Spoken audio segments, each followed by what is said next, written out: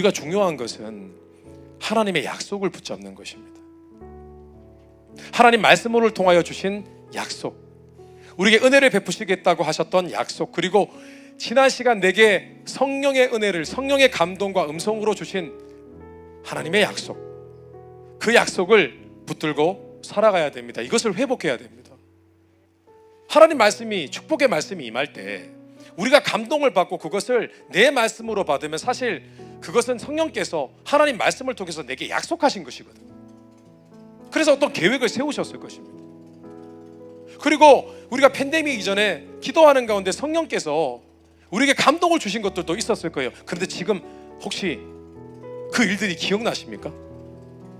예수 믿는 사람들은 하나님의 약속을 붙잡고 하나님이 하실 일을 기대하는 그런 신앙이 있어야 됩니다. 맞습니까?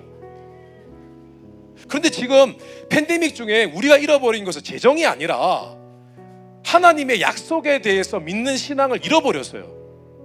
사실 저는 2018년도 5월에 담임 목회자로 취임을 하게 되었습니다. 그런데 하나님께서 그때마다 제가 계속해서 기도를 하는데 감동을 주셨어요. 그 감동은 팬데믹 전 작년까지 이어졌습니다. 작년 초까지.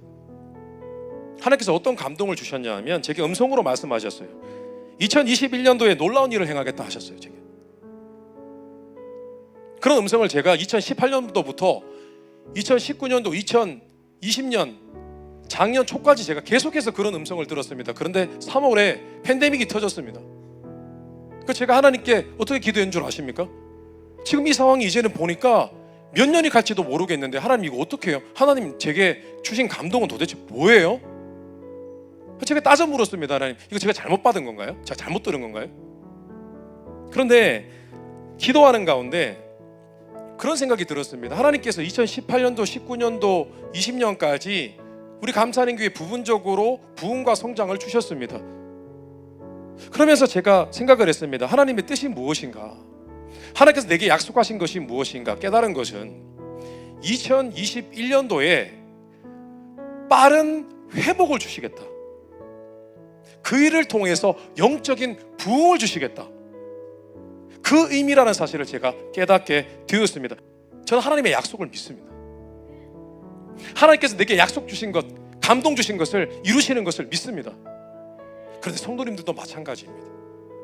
팬데믹 이전에 내 심장이 뜨거울 때, 하나님과 영적인 교제가 있었을 때 주신 감동, 계획, 기도하는 가운데 붙들었던 비전 다시 회복하십시오. 오늘 다윗이 11절에 이렇게 고백합니다. 우리를 도와 대적을 치게 하소서. 사람의 구원은 헛됨이니이다. 아둥바둥 사람의 도움을 구하지 마십시오. 이것을 하고 저것을 하고 환경의 도움을 구하는 것이 아니라 하나님의 약속을 붙잡으십시오. 약속을 붙잡는 자에게 하나님께서 반드시 그 일을 이루실 것입니다. 하나님께서 주신 감동을, 그 감동을 위해서 기도하는 일을 멈추지 마십시오. 하나님께서 하실 것입니다. 다시 하나님의 언약, 약속을 붙잡고 살아가는 신앙으로 회복하셔서 팬데믹 이후에 가장 빠른 회복을 경험하게 되시기를 주님의 이름으로 축원합니다.